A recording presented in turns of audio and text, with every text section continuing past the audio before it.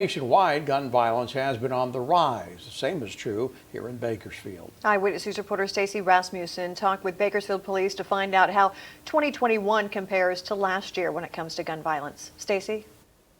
Dave, Rochelle, while 2020 was a record year when it comes to gun violence, 2021 is no different. PPD says this year's gun violence rates are just as bad, if not worse, than last year.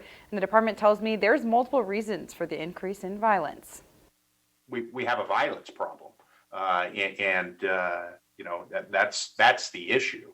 2020 was a record year for gun violence across the nation. Just because New Year hits doesn't mean that all old grievances are forgotten. BPD released stats to Eyewitness News that showed they responded to 112 shootings from January 2020 to July in 2020. This year, in the same time frame, they responded to 135 shootings. They've also responded to 9 shooting-related homicides, which is 7 more than 2020. It's not unique to Bakersfield. Unfortunately, this is a trend throughout the country. According to a Washington Post analysis of data from the Gun Violence Archive, through the first 5 months of 2021, gunfire killed more than 8,100 people in the United States. That's 14 more deaths per day on average than the previous 6 years. But the big question is, why is there such a big increase this year? Depending on who you talk to, COVID is a factor, or the police reform is a factor, or the number of firearms that are on the streets is a factor.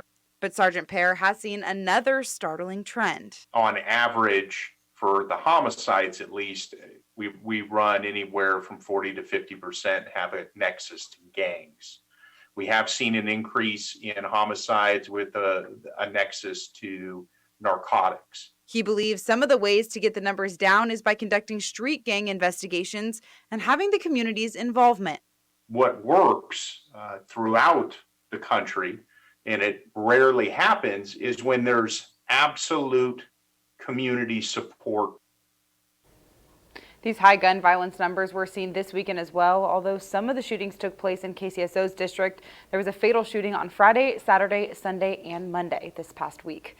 Live in studio, Stacey Rasmussen, Eyewitness News. Is there a story you think we should investigate? Call our Eyewitness News tip line at 869-2929.